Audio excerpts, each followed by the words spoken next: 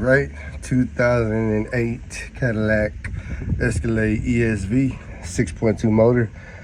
We're gonna be changing the front seal. In this case, it looks like the whole timing cover is gonna have to come off. But in order to access this front seal and the timing cover, you just raise the vehicle and you have more than enough room right here. You wanna get you a, I think it's a, let's see, 16 millimeter up here for the belt tensioner, right there. Release the tension on it. It's either 15 or 16. And then you want to relieve the tension for the AC belt. 24 millimeter for the harmonic balancer bolt. Remove it. Once you remove it, you just get you a three jaw pulley, and you just install it. Start pulling it off. Once you remove the harmonic balancer, and you will have access to the front seal.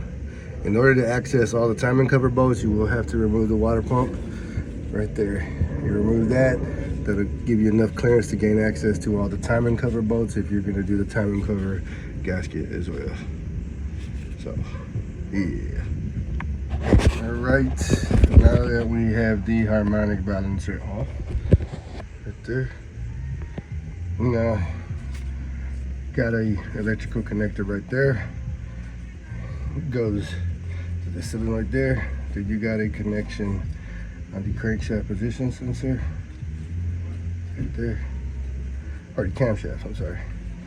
And then you got the main engine harness right there that connects to the harness for the camshaft position sensor. So once you remove that, like I said, if you're going to do just the front seal, you could just remove the seal from here and install the new seal, and just kind of tap it in there around the edges with maybe a piece of wood or something like that that you can fit in here. Because once you go in with the harmonic balancer, it'll self-seal itself. So you just want to kind of get it started. But in this case, we are going to be doing the timing cover. So we will have to take the two water bolt pumps off right here, right there. And then there's two up here, three up there, and three up here. So you can see two right there, but there's one more on top right there. And then on this side, 1, 2, and then one on the top. Disconnect your coolant hoses, drain your coolant. Of course, this is just a bottom view. You can probably see this from up top as well. But yeah, that's what we're dealing with. I will show you a picture once everything is off. It'll be in a video once everything is off. I will update the video.